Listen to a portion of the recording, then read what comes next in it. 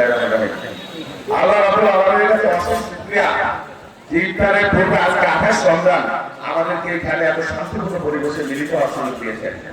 এক বছর আগেও এইভাবে আমরা বাংলাদেশের কোথাও এত নির্বিঘ্নভাবে আমরা মিলিত হতে পারি নাই। পেরেছি বলেন?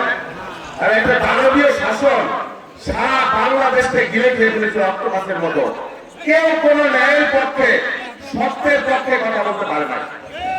আজকে এই চরপদ্মশনে আজকে আমি খুব আনন্দিত যে এইখানে আমরা এখানকার রাজনীতি জানি।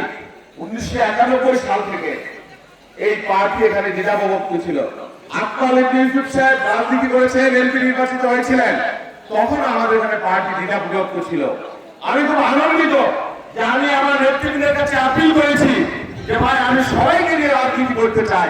17 বছর আমরা সকলেই নির্যাতিত হয়েছি, আমরা হামলার শিকার হয়েছি, আমরা মামলার শিকার হয়েছি, আমরা ঘরে থাকতে পারি নাই, আমরা বাড়িতে থাকতে পারি নাই। এইবার একটা সুযোগ এসেছে, দয়া করে আল্লাহর রাস্তায় সবাই আমাকে সহযোগিতা করেন, এক কাতারে আসেন। ইনশাআল্লাহ আপনারা যদি আমার পাশে থাকেন, আগামী দিনে এই আসনে আপনাদেরকে আমরা বিজয় করব। বেগম খালেদা জিয়ার পরিণত করবো, তারেক রহমানের ঘাঁটিতে পরিণত করবো, খালেদ শীষের ঘাঁটিতে পরিণত করবো। আমি অনেক বক্তৃতা দিয়েছি সারা জীবনে, আজকে এই পরিবেশে আসলে আমি কোনো বক্তব্য দিতে পারছি না। এই চরপদ্মশন কেউ যদি বলে আমি বাইরের মানুষের চেয়ে দুঃখের কোনো কথা আমার নাই। এইখানে আমার শেখর রয়েছে, আমার বড় বোন এখানে বিয়ে হয়েছে। ছোটবেলা থেকে এই চরপদ্মশনের মানুষের সাথে আমার আত্মিক সম্পর্ক, আমার পারিবারিক সম্পর্ক, আমার শ্বশুরবাড়ির দিক থেকে অনেক আত্মীয় পরিজন, সমস্ত নেতৃবৃন্দকে আমি চিনি। এদের সাথে আমার দীর্ঘদিনের আত্মার সম্পর্ক। এইখানে আমার স্ত্রী আজকে রয়েছেন, তিনি রাজনীতি করেন না। তিনি জানেন আমার পরিবারের সদস্যরা এখানে রয়েছেন, তিনি জানেন তাদেরকে আমি কত বঞ্চিত করেছি আমার জীবনে, শুধুমাত্র এই রাজনীতির জন্য, এই কর্মীদের জন্য। আমি কোন রাজ পরিবার থেকে আসি নাই। আমি লড়াই করে ছোটবেলা থেকে আমি একটা সাধারণ কৃষক পরিবার থেকে লড়াই করে করে যুদ্ধ করে করে আজকে রাজনীতির এই পর্যায়ে এসেছি। দলের ভালোবাসা অর্জন করেছি। 128টা মামলা। আজকে যদি হাসিনার পতন না হতো আমি হয়তো আজকে জেলে থাকতাম, গুম হয়ে যেতে পারতাম।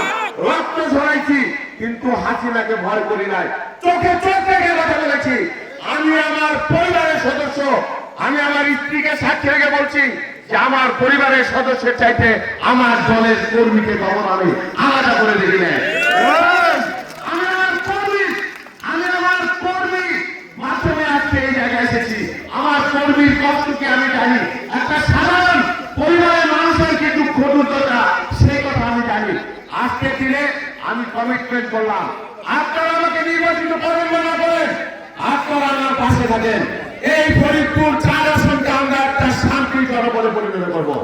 আমাকে অনেকেই চিনেন, কেউ কইতে পারবেন না যে রাজনীতিতে দুর্বৃত্তায়ন, হিংসা, বিদ্বেষ, প্রতিহিংসা, লুটপাট এগুলো আমরা ধারণ করি না। এই এলাকা থেকে একটি পয়সা আয় করবার কোনো প্রয়োজন নেই আমার। আল্লাহর রহমতে আমার অনেক স্বাচ্ছন্দ্য রয়েছে, ব্যবসা আছে, বাণিজ্য রয়েছে। আমি ঢাকায় যে ব্যবসা বাণিজ্য করি সেটা থেকে এনে এখানে আমি ব্যয় করবো। এইখানে কোনো বাড়ির ব্যবসা করবার প্রয়োজন নাই, এইখানে কোনো থানা দালালি করবার প্রয়োজন নাই, এইখানে সালিশের মেলে মুসলিমদের প্রয়োজন নাই। আমার সাথে যারা এসেছেন সকলে এসেছেন আমার দলের, এর বাইরে যারা রয়েছে তাদেরকে আমরা বলবো আমাদের কাছে আপনারা নিরাপদ থাকবেন। আমার নেতা তারা প্রমাণ করেছেন যে বিজয়ের আনন্দ তখনই মহিমান্বিত হয় যখন বিজয়ের কাছে পরাজিত নিরাপদ থাকে।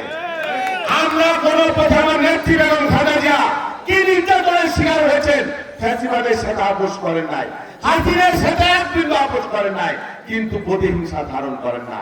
আমি গ্যারান্টি দিয়ে বলতে পারি আমাদের যদি এখানে নেতৃত্ব প্রতিষ্ঠা হয়, এইখানে আমাদের যারা দল করেন 2-4 জন এখনো যারা বাইরে আছে তাদেরকে অনুরোধ করবো, অনেক কষ্ট করেছেন, আসেন এক কাতারে মিলিত হই, দলের সিদ্ধান্তকে বাস্তবায়ন করি।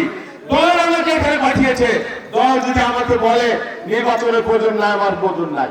দল যদি বলে এখান থেকে অন্য জায়গায় নির্বাচন করবে, যেহেতু আমি দল করি, ছোটবেলা থেকে দল করি, এই দলের আদর্শ ধারণ করি, এই দলের কারণে আপনারা আমাকে ভালোবাসেন, না হলে ভালোবাসতেন না। আমি যদি জাতীয় পার্টির শহীদুল ইসলামের এখানে আসতাম, আপনারা এখানে আসতেন?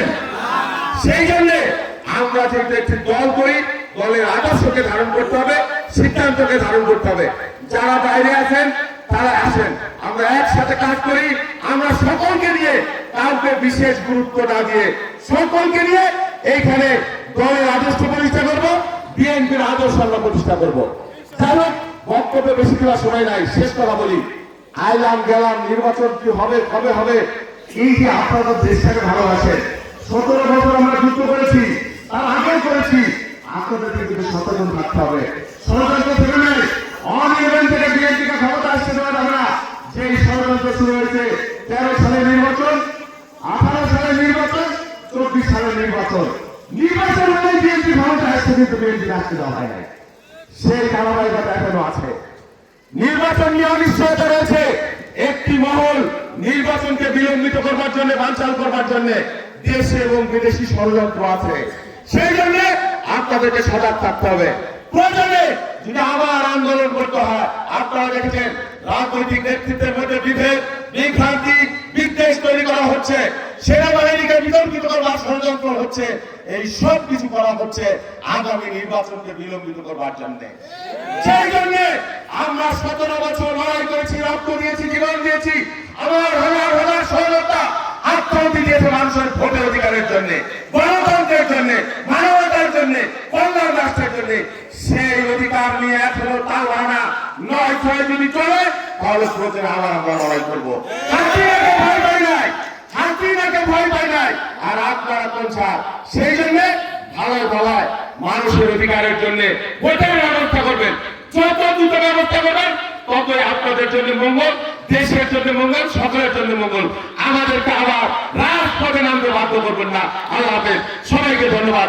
একটু পরে আমরা দোয়া পড়বে, দোয়ার পরে আমরা একসাথে মোনাজাত করবো। আসসালামু আলাইকুম।